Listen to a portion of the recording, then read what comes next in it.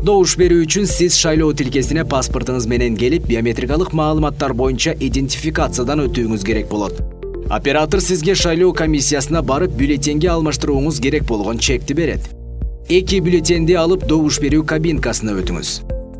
Кандидаттардын аты жазылган бюллетенди өзүңүз каалаган талапкердин ысымынын тушундагы квадратты белгилеңиз.